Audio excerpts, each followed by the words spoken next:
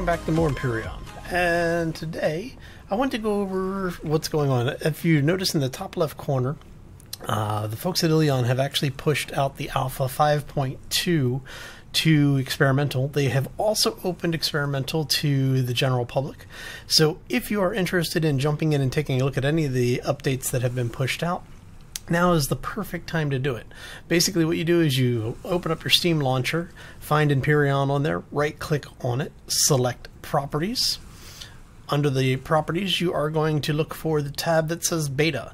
On betas, when you click on that tab, there should be a drop down item in there that says experimental. It may say, you know, stable or development or something like that, but it'll be an experimental.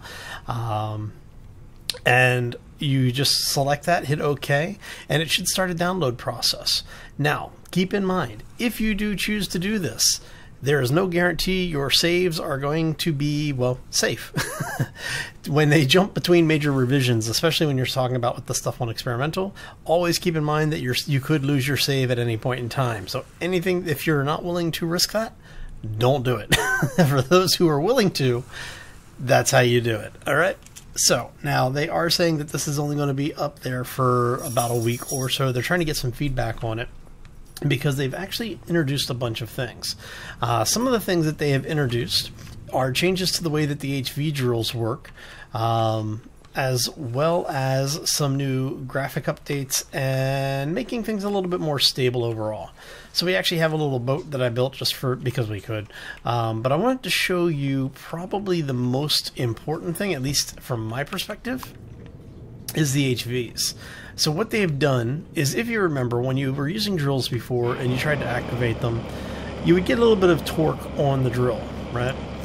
Okay, so what you can do now is, even when you are not using this, they have a new mode that they're calling the drill mode. They have what they call free drill mode and then a locked drill mode. So if you are out and about and you want to drill something normally, you just, you know, find your area and start drilling. And you see how you get a little bit of that drift? What you don't get anymore is the rotation that you used to get. I'm not doing anything other than drilling and correcting where I'm drifting. You do still drift horizontally. Now, what you can do is, if you don't want to deal with all of that, because you do have to basically keep things in a particular direction. If you are trying to get a specific angle, you choose what angle you want, and then while you're in the drill view, you do a Shift O, and that will lock your drill. That puts you into a fixed drill mode, as you can see on the status for the hover vessel. Now, if you don't do anything in there for about 5 seconds, it will turn the drill mode off. If you're using the drills, though, you're good to go. Basically, you just choose your angle, you set your lock, and you start drilling just like normal. Now, what this allows you to do is it ignores your rotation on the XY axis. So all you can do is strafe with it. But this will allow you to lock in your angle, and as long as you keep drilling, it will hold that angle for you. So it makes it much, much easier to get things done.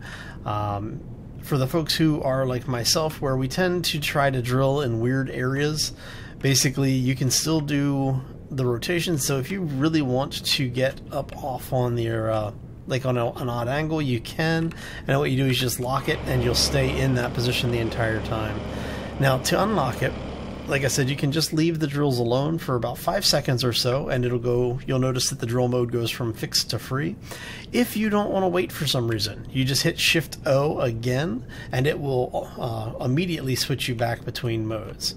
Very, very useful stuff so far, and I want to thank Ilion for dealing with that, because I know I am one of the people who has been complaining about the way that the drills torque since the drills have been introduced.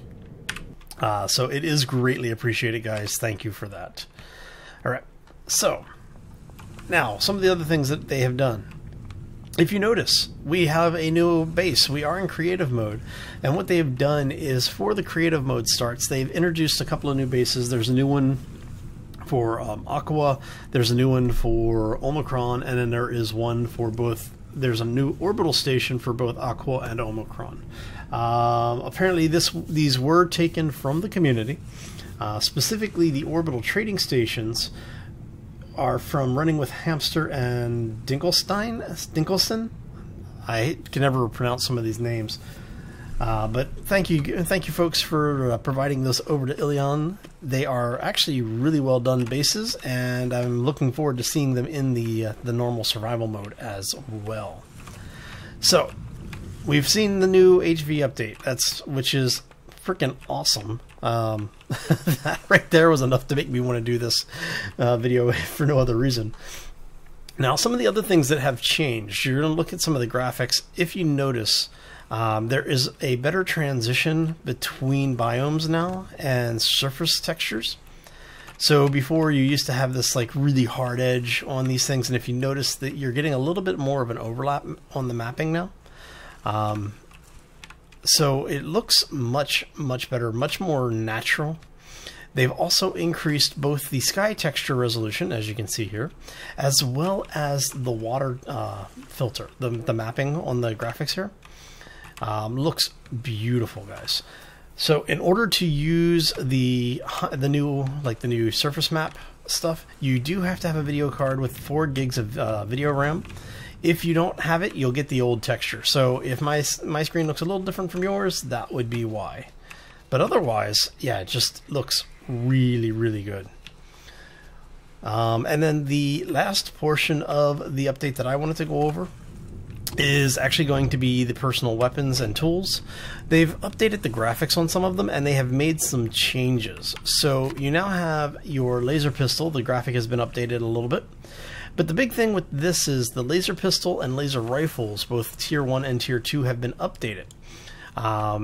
If you have seen any of my recent stuff in gameplay, I was using some of the laser rifles, especially in the speed challenge, and I was complaining about the fact that the shots were really slow. The projectiles from this thing, it was actually better to get out and try and beat it with a club. You know, it's just like, it was really slow. What they did now is all the laser weapons are now instants.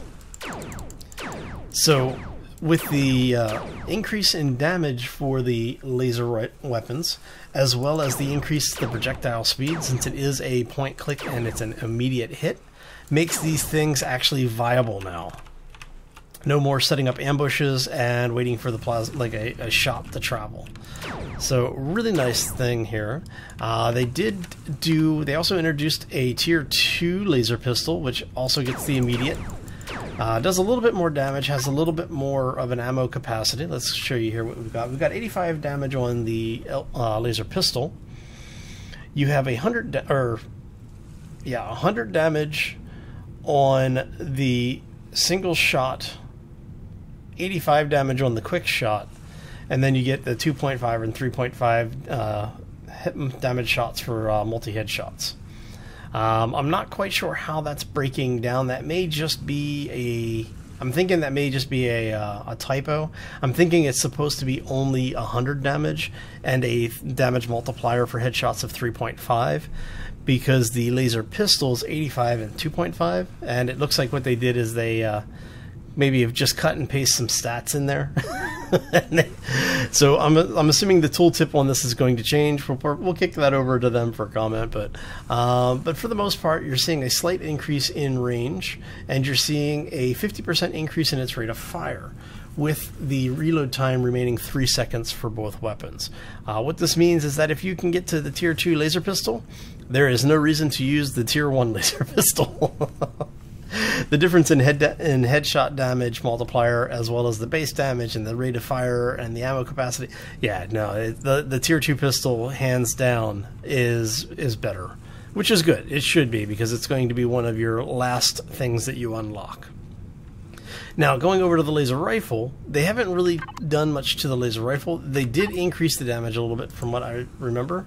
They are doing a 1.5 or 115 on the base damage for it, with a 2.5 headshot multiplier. So the pistol, the Tier 2 pistol, is about comparable for the Tier 1 laser rifle. Now, there is not a Tier 2 laser rifle at this time, but I would not be surprised if they add one in the future. So, and then you have the Epic Sniper, or the Epic Laser, oops, which now does 135 at 2.5 multiplier. So, not too bad. 600 meter range versus 500 meter range versus 4 versus, so the Tier 2 pistol and the rifle are the same range. Interesting. Oh, what magazine was that? That's 25 and 40. So the laser pistol might actually be better because the ammo is actually going to be cheaper. Yeah, so I'm thinking the Tier 2 laser pistol is actually better than the Tier 1 laser rifle. But they all do have the instant, you point and shoot and you now get the... So once you unlock the Tier 2 laser pistol, you're probably going to be using that. Alright. Tier 4... Or Tier 4, the Epic. I'm a little tired today, sorry about that. Alright, now, sniper rifle. They've updated the graphic for the sniper rifle. As you can see, it looks like they're unifying their weapon styles, or their style profile for each of the weapons. But basically, what it looks like is that they're making it much more consistent between the weapons as well. They have changed the sniper scope a little bit. We now have the bullseye scope, which I actually like. I like having it set up where you can actually see the middle, but that's just me. The Tier 2 sniper has been bulked down a little bit, but it keeps the consistency of image with the Tier 1. So your Tier 1, your Tier 2. And again, you get that nice hefty sound, right? Alright, and the last of the technically weapon/tools that have been updated is going to be the texture tool. The color tool has not been changed yet, but my understanding is that there will probably be a change to that at some point. But the new texture tool actually looks kind of cool. I mean, this is what this thing looks like in third person here. That is pretty pimpin'. It actually looks better. I think I like that better for the laser pistol than the laser pistol graphic. Oh, look, I'm texturizing my face. That's funny. Alright, so yeah, we found another bug for you guys. Elyon, you might want to fix that. Oh, gotta love it. So it works okay when you're in first person. So now they didn't really change any of the textures that are available. You still get most of the same blocks. Some of these are going to be contextual based on what type of material you're looking at. Like here, you can get, you know, this type of shingles versus some of the other wood patterns. When you're looking at concrete, you're going to get some of the same thing, and some different ones as options, which is fine. I actually don't mind that. But yeah, so I have to say, well done, Elyon. Thank you for the update. The 5.2 looks fabulous. From the limited playing around with the drills that I've seen, the only thing that you might want to keep in mind is that you are going to float horizontally much more than you used to. Basically, they seem to have exchanged the rotation, the torque on the drills for a lateral movement. So that is one thing that you'll need to keep in mind, but you don't have to worry about keeping yourself level anymore. So I do appreciate the fact that they've put those locks in. I appreciate the changes that they have made, and I hope everybody else enjoys it as well. For a full description and a list of all of the changes, including some of the background things as well as bug fixes, definitely check out the EmperionGame.com, or EmperionOnline.com rather, sorry. And you'll see it right there on the front page. It's the first news item. But yeah, so for 5.2, like I said, if you want to check it out, it is open to the general public. All you have to do is have a copy of the game installed, go in and opt in to the beta. Alright, so on that note, I am out of here. I hope everybody has a fantastic day, have a terrific week, and we will see you back here for more Empyrion. As always, folks, take care and be safe out there, everybody. Woohoo!